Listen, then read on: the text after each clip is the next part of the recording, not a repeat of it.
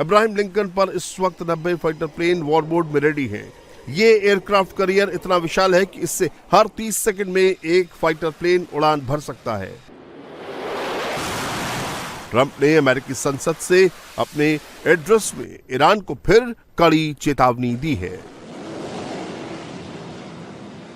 As president, I will make peace wherever I can, but I will never hesitate to confront threats to America wherever we must.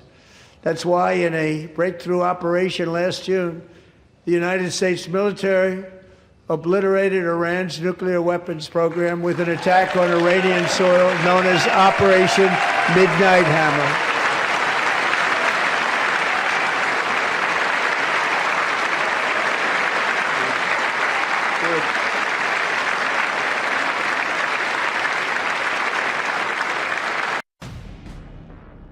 Iran के खिलाफ जंग के लिए America ने कितनी तैयारी की है, इसका अंदाजा इससे लगा सकते हैं।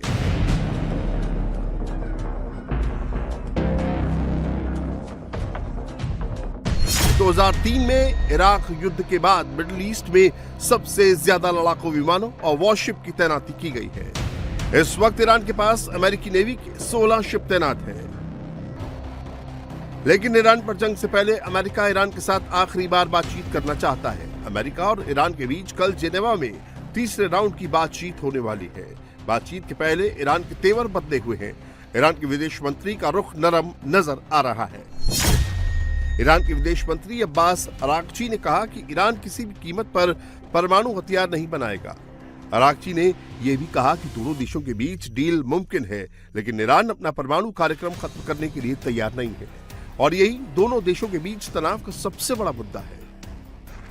इससे पहले अमेरिका और ईरान के बीच 2 राउंड की बातचीत बेनतीजा रही है। ईरान और खामेनेई को पता है कि ट्रंप का वॉर मोड किसी भी वक्त ऑन हो सकता है।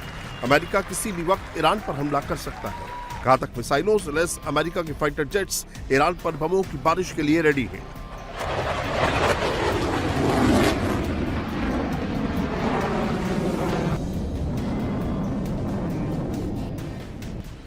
साथ ही अमेरिकी नौसेना भी वॉरशिप से मिसाइलों के टारगेट को लॉक कर चुकी है। बस देर है तो ट्रंप के एक ऑर्डर की।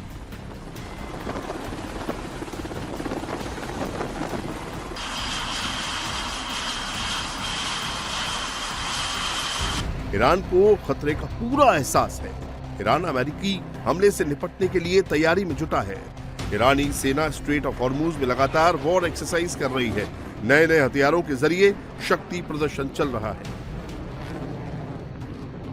ईरान अपने घातक ड्रोन से अमेरिका को लगातार चेतावनी दे रहा है। समंदर में टारगेट्स को हिट करने की प्रैक्टिस हो रही है। यह दिखाने की कोशिश है कि अगर समंदर से हमला हुआ तो ड्रोन की मदद से अमेरिकी युद्धपोतों पर हमला बोला जाएगा।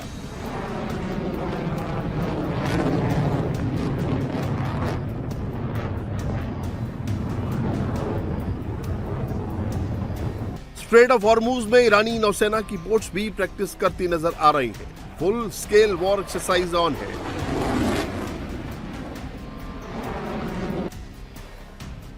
ईरान को सबसे ज्यादा भरोसा अपनी मिसाइल ताकत पर है, इसीलिए वॉर एक्सरसाइज के दौरान ईरानी सेना मिसाइलों से टारगेट को नेस्तनाबूद करने की प्रैक्टिस कर रही है।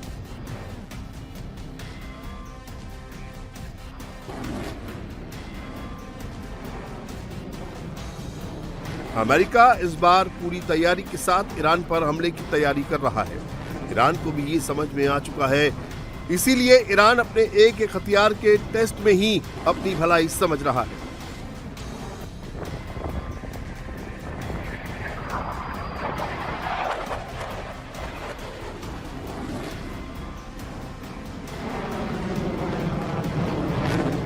ईरान अपनी ताकत बढ़ाने पर पूरा जोर दे रहा है।